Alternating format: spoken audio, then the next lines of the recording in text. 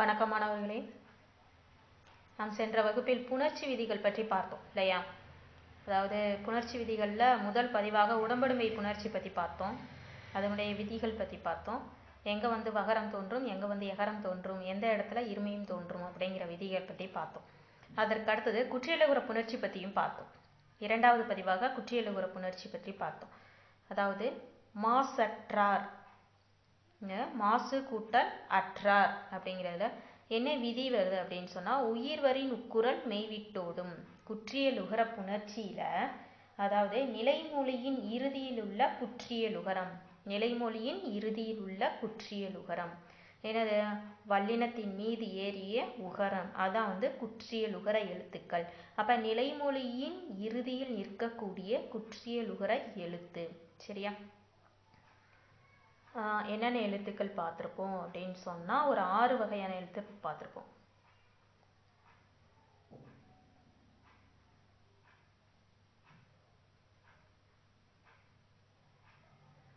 ஆறு வகையான இது வல்லினத்தின் மீது ஏறிய உகரம்.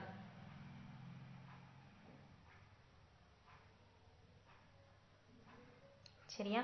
வல்லினத்தின் மீது ஏறிய உகரம் தான் எது? குற்றியலுகர எழுத்துக்கள். வல்லொற்றின் மீது ஏறிய உகரம். சரியா? இந்த 6 எழுத்துக்களும் நிலைமொழியின் இறுதியில் நிற்க, வருமொழியின் முதல் எழுத்து உயிரெழுத்தாக இருந்ததுன்னா எப்படி புணரும் அப்படிங்கிறத சொல்றாங்க. அப்ப நிலைமொழியின் இறுதியில் உள்ள குற்றியலுகரம் வருமொழியின் முதலில் உள்ள உயிரெழுத்துடன் புணரும் போது தான் ஏறிய மெய்யை நிறுத்தி உகரம் மறையும். அதென்ன தான் ஏறிய மெய்? இச் கூட்டல் உ இல்லையா? அந்த மெய்யெழுத்துல மீது என்ன உகரம் ஏறி இருக்கு? இந்த உகரமானது என்னாகும்? இந்த மெய்யை விட்டு நீங்கும் அப்படிங்கிறத பத்தி சொன்னாங்க இல்லையா? அந்த மெய்யை விட்டு நீங்கும் அப்படின்னு சொன்னாங்க. அதாவது உயிர்வரின், உயிரெழுத்து வருமொழியில உயிர்வரின் உட்குரல், எங்க இருக்கக்கூடிய உட்குரல்? நிலைமொழியில இருக்கக்கூடிய உட்குரல் மெய் விட்டு ஓடும். எதை விட்டு ஓடும்? இந்த மெய்யெழுத்தை விட்டுட்டு ஓடிடும். அப்ப எப்படி நிற்கும்? மாச் கூட்டல் அற்றார் என நின்றது. அதற்கு பிறகு இன்னொரு விதி இருக்கு. இந்த இச் கூட்டல் அ, இது ரெண்டும் சேர்ந்து என்ன ஒரு எழுத்தை கொண்டு வருது? ச அப்படிங்கிற உயிர்மை குறியில கொண்டு வருது இல்லையா? அப்ப உடல் மேல் உயிர் ஒன்றுவது இயல்பே என்னும் விதிப்படி என்ன ஆயிடுச்சு? மாசற்றார் என உணர்ந்தது. சரியா? மாச் கூட்டல் அற்றார், உடல் மேல் உயிர் ஒன்றுவது இயல்பே என்னும் விதிப்படி மாசற்றார் என உணர்ந்தது. குற்றியலுகரத்தினுடைய விதி நன்னூல்ல கொடுத்துருக்க விதி பத்தி கொடுத்தாங்க. உயிர்வரின் உட்குரல் மெய்விட்டு ஓடும் என்னும் விதிப்படி தான் குற்றியலுகர புணர்ச்சி பத்தி சொல்லியிருக்காங்க. நன்னூல் 164வது நூற்பாவுல சொல்லியிருக்காங்க. இதுல 2 விதிகள் இருக்கு. என்ன அப்படின்னு சொன்னா, இப்ப என்ன விதி வந்துச்சு? உயிர்வரின் உட்குரல் மெய்விட்டோடும் அப்படின்னு சொல்லிட்டு ஒரு விதி வந்ததா? அதற்கு அடுத்தது உடல் மேல் உயிர் ஒன்றுவது இயல்பே என்னும் விதிப்படி புணர்ந்தது அப்படின்னு பார்த்தோம் இல்லையா? இது ஒரு விதி. அதற்கு அடுத்தது ட ர ஒற்று.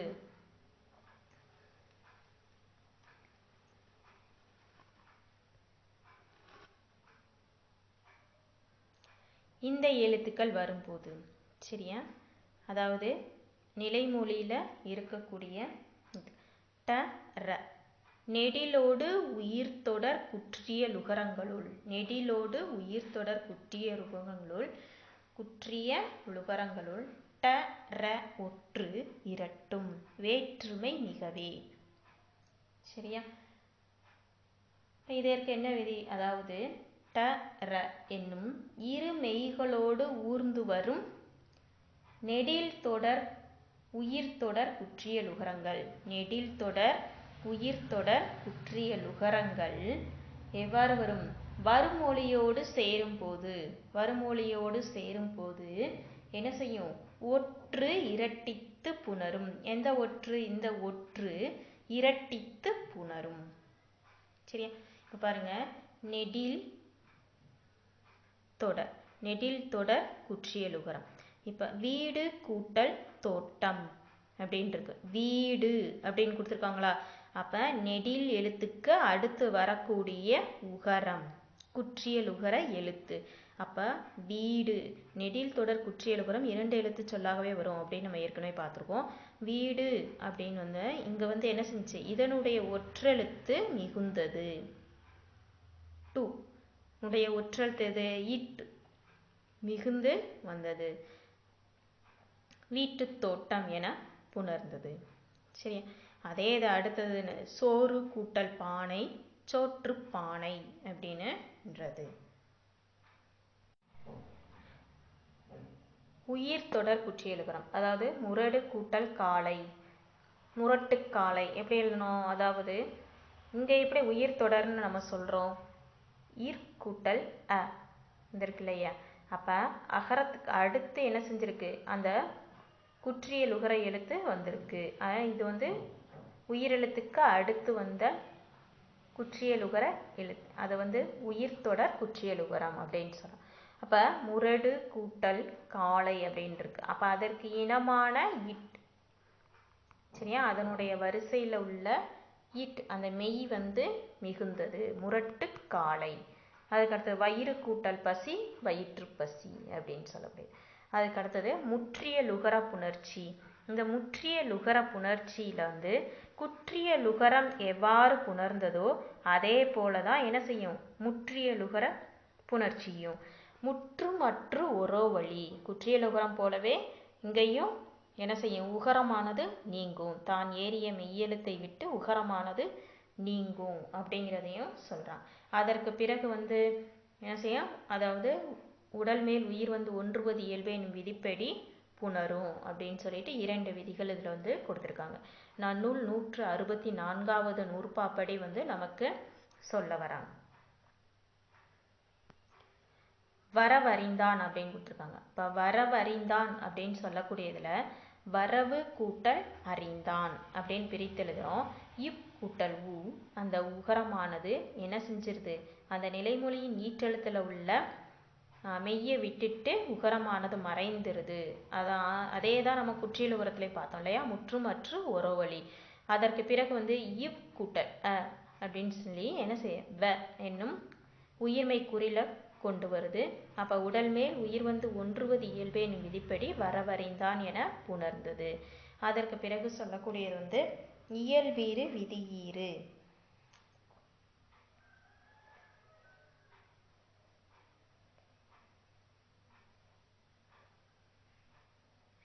இயல்பீறு விதியீறு புணர்ச்சி வந்து அதாவது இயல்பாக நிற்கக்கூடிய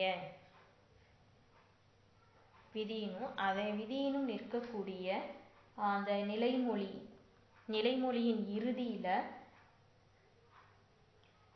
உயிரெழுத்துடன் வந்து க ச த ப என்னும் வல்லின மெய்கள் வந்து முதலாக கொண்ட அந்த வருமொழி சொல் சேரும் போது என்னவாக மாறுபடும்? அந்த வல்லொற்று மிகுந்து வரும். வல்லொற்று மிகுந்து வரும் அப்படின்னாங்க.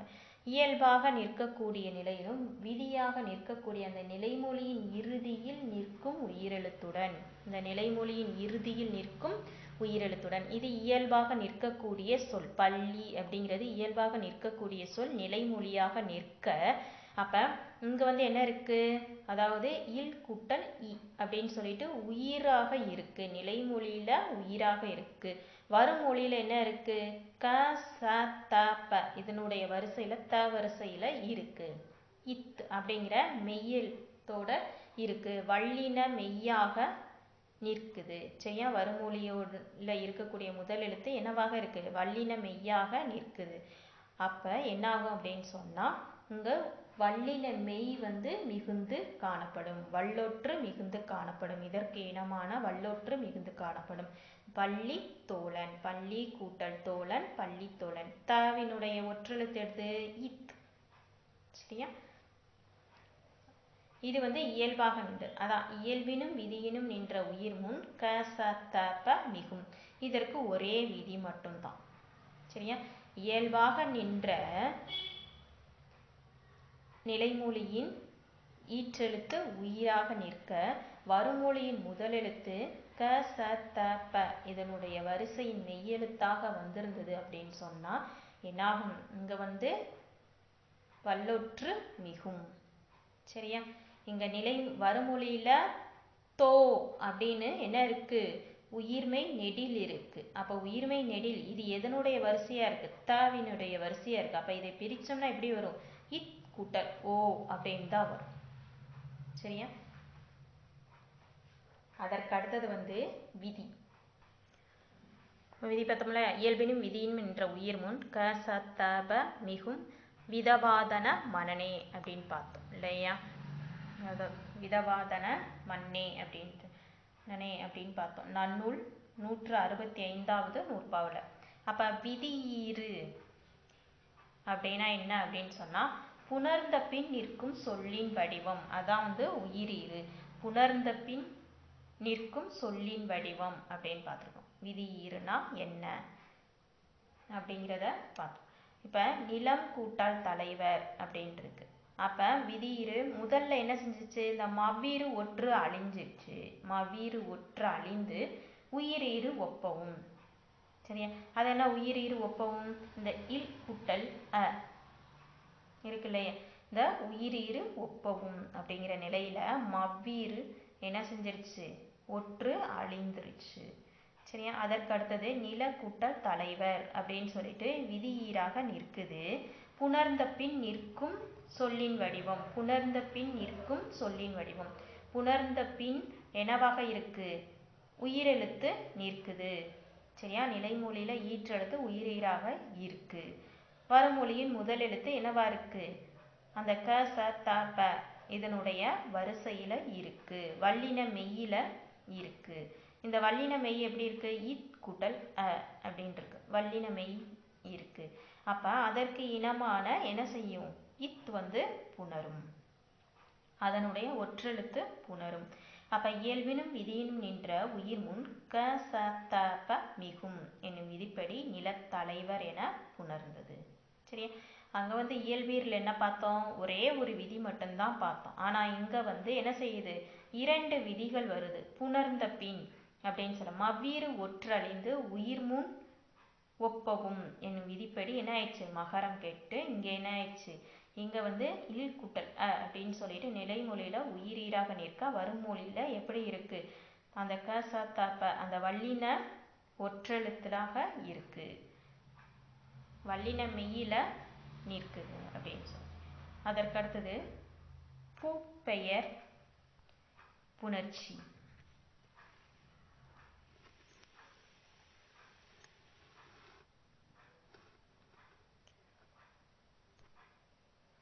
பூப்பெயர் புணர்ச்சியில நம்ம ஏற்கனவே பார்த்தோம். பூ என்னும் சொல் வந்து நிலைமொழியாக நிற்க, அதே இது வருமொழியில முதல்ல வந்து வல்லின மெய்யெழுத்துக்கள் வரும்போது வல்லின மெய் வந்து புணர்வது மட்டுமல்லாம என்ன செய்யும்? மெல்லின மெய்யும் வந்து மிகுதல் உண்டு அப்படின்னு சொல்லிட்டு பார்த்தோம் இல்லையா? பெரு வழக்காக உள்ளது வந்து இன்றைய வழக்குல வந்து மெல்லின மெய் மிகுதுதான் வந்து அதிகமாக இருக்கு அப்படின்னு சொல்லிட்டு பார்த்துருக்கோம்.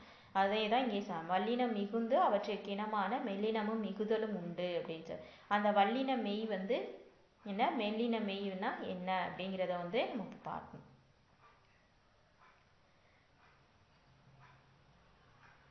வந்து பூப்பெயர் முன் இன மென்மையும் தோன்றும். நன்னூல் 200வது நூற்பாகு.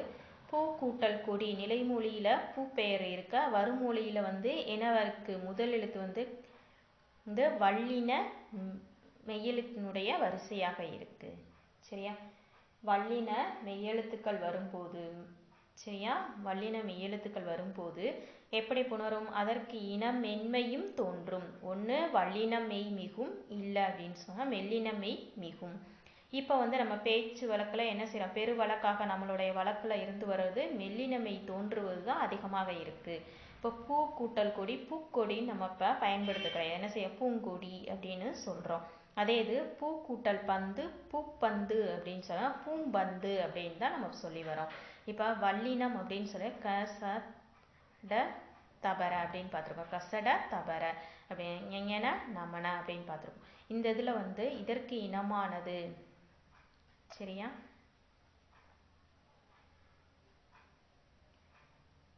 இதற்கு இனமான எழுத்து. அப்ப இக் அதற்கு இனமான எழுத்து இங். இச் அதற்கு இனமான எழுத்து இஞ்ச். அது இட், இன், இட், இந்து, இப், இம்மு, இட், இன் அப்படிங்கிறத பார்த்துருக்கோம். இப்போ இக் அப்படின்னு சொல்லக்கூடியது வல்லின மெய். அதற்கு இனமான மெல்லின மெய் எது? இங் அப்படின்னு சொல்லக்கூடியது. அதற்கு பதிலாக இங்கே என்ன செய்ய இக் வந்ததுனால இங்கே இங் பயன்படுத்தினாங்க. அப்போ பூக்கொடி, பூங்கொடி. பூங்கொடிங்கிறது தான் நம்ம வழக்கில் பயன்படுத்துகிறோம். அதே இது பாவிற்கு இனமான மெல்லின மெய் எது? இம். பாவிற்கு இனமான மெல்லின மெய் இம். அதுதான் பயன்படுத்தியிருக்காங்க. அதற்கு அடுத்தது மெய்யீற்று புணர்ச்சியில, அதாவது நிலைமொழி ஈற்றின் இறுதி எழுத்து மெய்யெழுத்து நிற்க. நிலைமொழியின் ஈற்று எழுத்து மெய்யெழுத்து நிற்க. நிலைமொழியில எப்படி இருக்கு? ஈற்றெழுத்து மெய்யெழுத்தாக இருக்கு. வருமொழியின் முதலாக வரும் உயிரெழுத்து, வருமொழியின் முதலாக வரும் உயிரெழுத்துடன் இந்த மெய்யெழுத்து சேரும் போது புணர்வதுதான் மெய்யீற்று புணர்ச்சி. அப்ப நிலைமொழியின் ஈற்றெழுத்து மெய்யெழுத்தாக நிற்க, வருமொழியின் முதலெழுத்து உயிராக இருந்து இது இரண்டும் சேர்ந்து புணர்வதுதான் மெய்யீற்று புணர்ச்சி. இது என்ன விதிப்படி புணரும் அப்படின்னு சொன்னா, உடல் மேல் உயிர் ஒன்றுவது இயல்பே என்னும் விதிப்படி புணரும். நன்னூல் நூற்பா 204வது நூற்பாவில் விதி சொல்லியிருக்காங்க.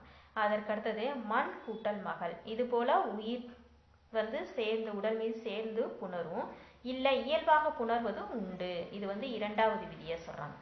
மண் கூட்டல் மகள். இங்க மெய்யெழுத்து, நிலைமொழியின் ஈற்றெழுத்து மெய்யெழுத்தாக இருக்க, வருமொழியின் முதல் எழுத்தும் எப்படி இருக்கு? மெய்யெழுத்தாக இருக்கு. அதனால இது எந்தவித மாற்றமும் இல்லாமல் அப்படியே புணர்ந்தது, இயல்பாக புணர்ந்தது.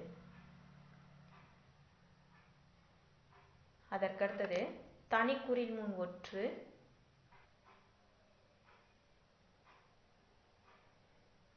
அதற்கடுத்த தனிக்குறில் முன் ஒற்று புணர்ச்சி. அதாவது தனிக்குறில் முன் ஒற்று உயிர்வரின் இரட்டும் அப்படின்னு சொல்லி. தனிக்குறில் அப்படின்னு சொன்னா தனித்து நிற்கக்கூடிய குறில் எழுத்து, அதற்கு அடுத்து வரக்கூடிய என்னது ஒற்று. தனித்து நிற்கக்கூடிய குறில் எழுத்து, அதற்கு அடுத்து வரக்கூடிய ஒற்று, அதான் தனிக்குறில் முன் ஒற்று அப்படின்னு சொல்லக்கூடியது. அப்ப நிலைமொழி தனிக்குறில் முன் ஒற்றாக நிற்க, வருமொழியினுடைய முதலெழுத்து உயிர் முதலாக இருந்தது அப்படின்னு சொன்னா அங்க ஒற்று என்ன செய்யும்? இரட்டிக்கும் அப்படிங்கிறதையே சொல்றாங்க. தனிக்குறில் முன் ஒற்று உயிர்வரின் இரட்டும். தனிக்குறில் முன் ஒற்று உயிர்வரின் இரட்டும். 2 தடவை இந்த ஒற்றெழுத்தானது 2 தடவை வரும் அப்படிங்கிறது முதல் விதி. மறுபடியும் இன்னொரு விதி சொல்றான். என்ன விதி? இந்த மெய்யும் உடலும் சேர்ந்து என்ன செய்யுது? மெய்யும் உயிரும் சேர்ந்து நமக்கு ஒரு சொல்லாக புணருது அப்படின்னு சொல்றாங்க. இல் கூட்டல் அ சேர்ந்து என்னவாகுது? லவாக மாறுது. சரியா? இல் கூட்டல் அ இல்ல. அப்ப உடல் மேல் உயிர் ஒன்றுவது இயல்பே என்னும் விதிப்படி கல்லதர் என புணர்ந்தது. உடல் மேல் உயிர் ஒன்றுவது என்னும் விதிப்படி என்ன ஆயிடுச்சு? இங்க கல்லதர் என புணர்ந்தது.